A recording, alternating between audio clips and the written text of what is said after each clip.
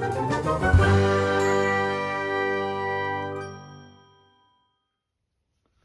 everyone, this is Chris, your friendly neighborhood Minnesota comic geek, back with another video, the second part of my Minnesota Comic Book Association Fallcon comic book haul. Before I get started, I would ask that if you enjoy this type of comic book related content, please give the video a thumbs up, hit the notification bell, and subscribe to the channel so that you don't miss any future videos. And if you enjoy talking comics, then comment below. Alright, let's get into it. So in Monday's video, I talked about my kind of slightly higher price purchases and kind of favorite pickups from the Minnesota Fallcon that was held this last weekend. In this video, I'm going to kind of run through the larger stack of comics that I ended up getting that were in the dollar bins, either $2 or less, and most of these are going to were in the $1 bins. I'm going to run through kind of quick and just to hopefully keep this video a little shorter.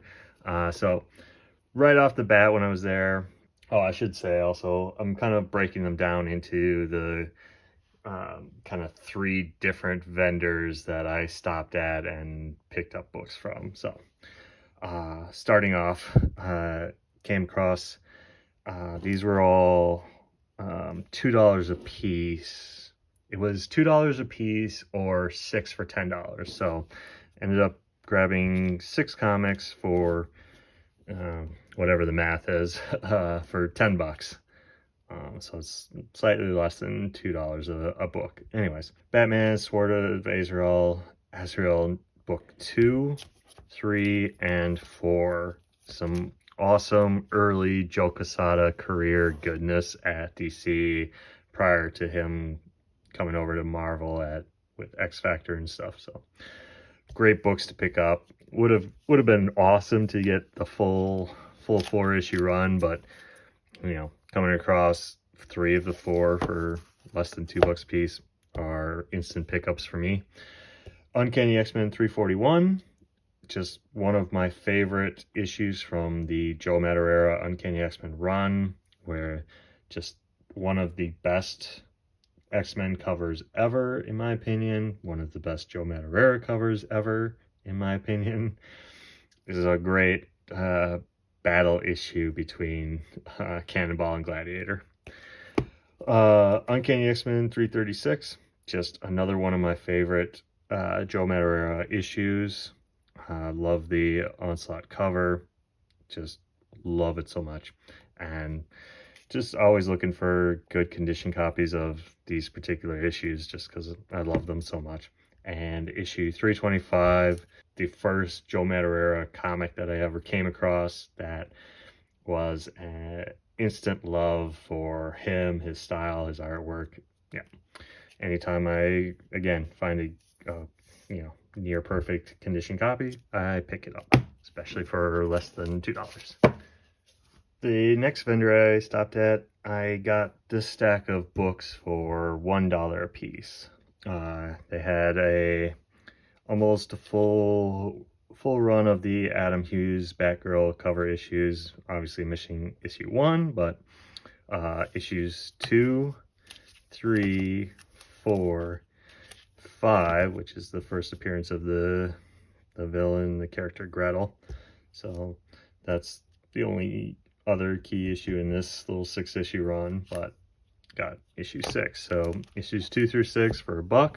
Happy to pick those up for the Adam Hughes goodness. Batman number 500, die cut Joe Quesada cover, wraparound cover for $1. Awesome. Astro City issues 1, 2 covers for that. I know this is the original cover. I'm not sure if this was a reprint or second print for issue 1.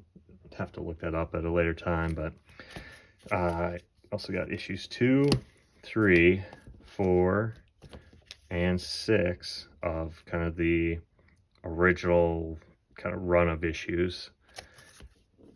Issue 9 and issue 10. I wonder if I could have swore, yeah, so this must be issue 1 for volume 2, maybe? Because I could have swore the first volume was only 6 issues. I'll have to look that up. So if that's the case, then I'm just missing issue 5, almost a full run of Astro City. For those that don't know, they all feature Alex Ross covers, so it's kind of an under the radar early work of his from the late 90s, 2000s. So again, got this issue 1, issue 9, 10 of, must be volume 2, or like I said, I'll have to look it up. And then Avengers versus X-Men round 6, the variant edition, featuring, looks like, Olivia Coipel artwork on the cover. Like I said, all these for $1 a piece.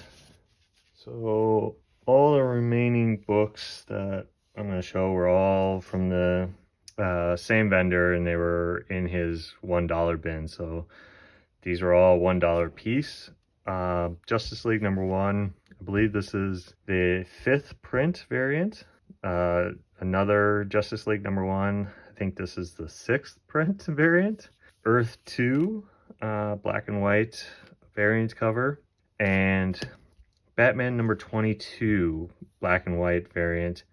And when I got home with these 4 issues, I grabbed them because I love the black and white cover art, pencils and inks, just alone. But I was hoping they were black and white interior versions of these particular books, because I just love original comic art and getting comics that show that. But they're not. They're just black and white variants for the covers. The interiors are standard. But when I looked this one up when I got home, apparently this is a 1 in 100 variant cover, which, getting a variant ratio cover for $1 alone is a steal. The fact that this is a 1 in 100 variant, I mean, okay, it's kind of crazy, the wild range of prices for ratio variants. Happy to have it. Love Greg Capullo's artwork, huge fan of his.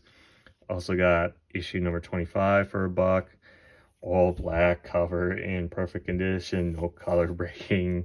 Spine ticks is a feat in it of itself. Batman Danger Girl, must be a one-shot. Happy to add another comic from the Danger Girl universe to my collection. Aria #1, featuring the Michael Turner cover. Always happy to add more Michael Turner books to my collection. I found a couple more. 2 copies of Fathom #1, the Dolphin cover, the variant cover, and the main cover. Marvel Knights sketchbook. Always happy to add. Also had Slingers #0 from Wizard. Always happy to add sketchbook comics to my collection. Vampirilla #1, Ascending Evil 1 of 3, featuring Joe Quesada artwork. Just always happy to add more random Joe Quesada comics and covers to my collection, especially ones that I've had no idea about. So pretty cool cover. Yeah, features gold foil in there. And then there were two copies of the Azrael Ash crossover one-shot by Joe Quesada and Jimmy Palmiotti. I love this book, and I have many copies in my collection. It's one you can always find in the dollar bin, because it's just not a highly desirable Joe Quesada book. But if you're an Ash fan, if you're an Azrael fan, if you're a Joe Quesada fan, this is a great book to kind of pick up. It's a square bound. It's slightly oversized, so just a fun little tale, an interaction between the two. So great book to pick up. Next up, with these dollar books, I was so surprised to find this one in this guy's dollar bin, because I feel like of the DC Marvel amalgam crossover books, this one is probably the more expensive one, the harder one to get because of the Wolverine Batman combination. Crimson #1, great Humberto Ramos comic, and create your own title when he joined with the Cliffhanger crew. I never really bought any of the Crimson books, so I'm kind of going back whenever I find them in the dollar bins. Just some crazy funky anatomy going on here with this dude's arm. Wow. Humberto gets a little carried away sometimes. New Avengers #14, just purely for the Frank Cho cover and interior pencils. Fun little book featuring Spider-Woman. Fantastic Four #1, the Humberto Ramos Virgin variant. Not really worth anything more than cover price, but you know, just picked it up for $1. Nova #1, Wolverine #53, the variant cover, and then Sabretooth #1, the awesome die cut cover.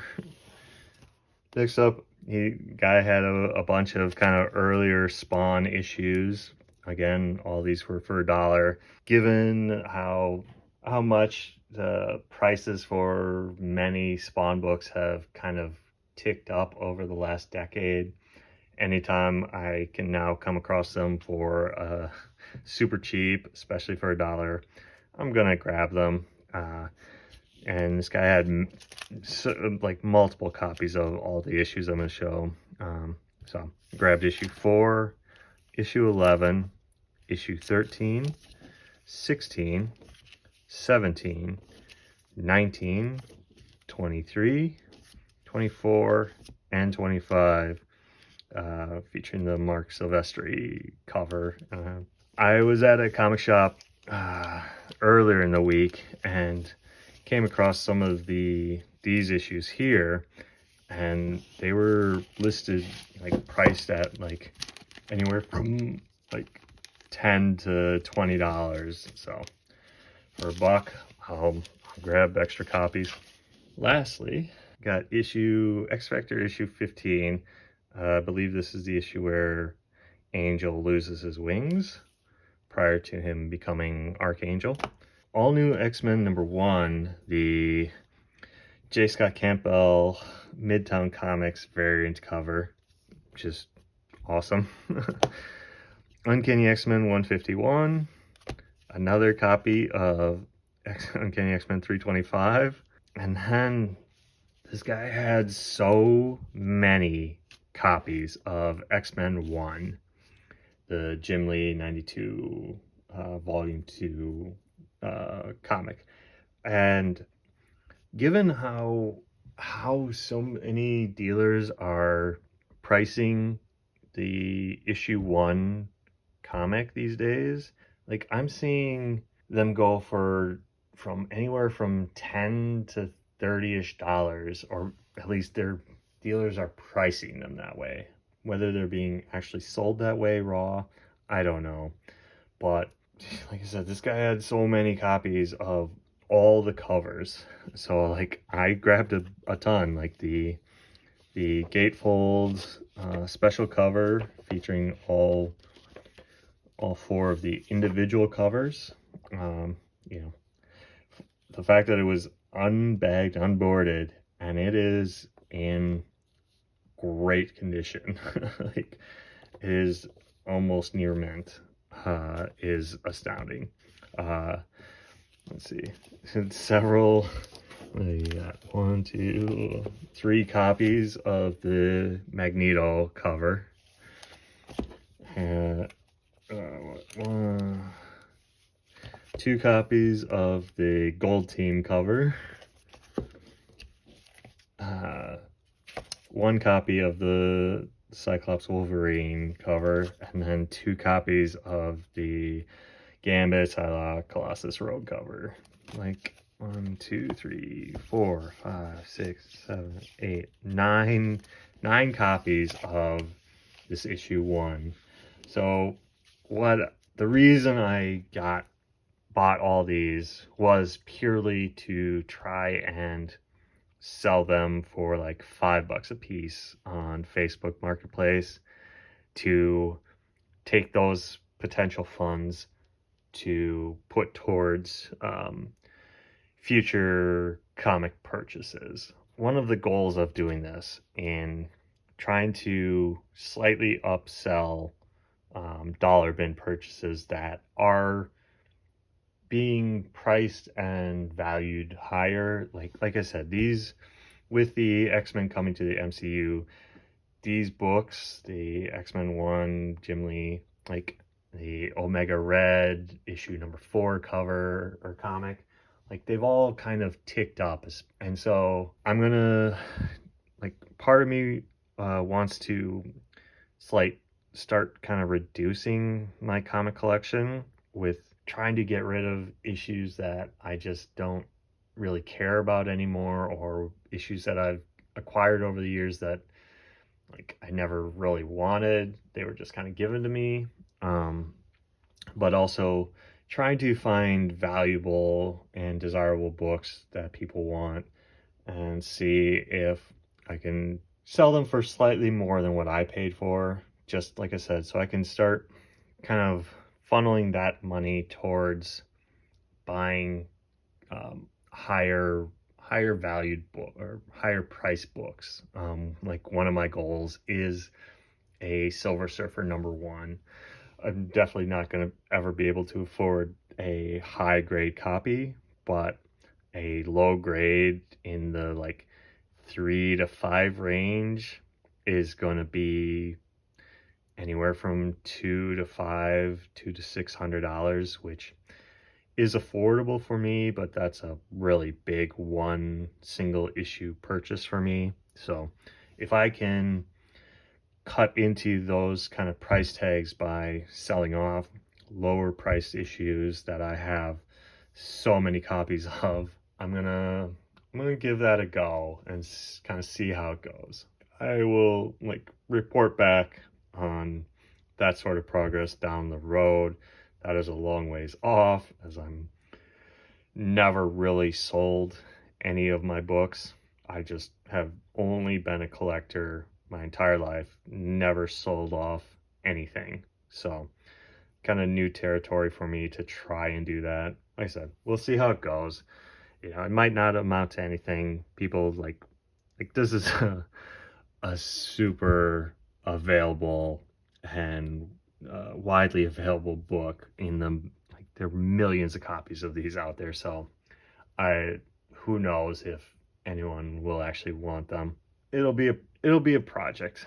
So that does it for all the $1 purchases, the bulk purchases that I did last weekend. What were some of your favorite $1 purchases in this video? Which ones do you think were steals at $1? Let me know in the comments. So with that, I will end this video. Thanks for watching. And again, if you enjoyed this type of comic book related content, please give the video a thumbs up, hit the notification bell, and subscribe to the channel. Until next time, comment below and let's talk comics. Bye.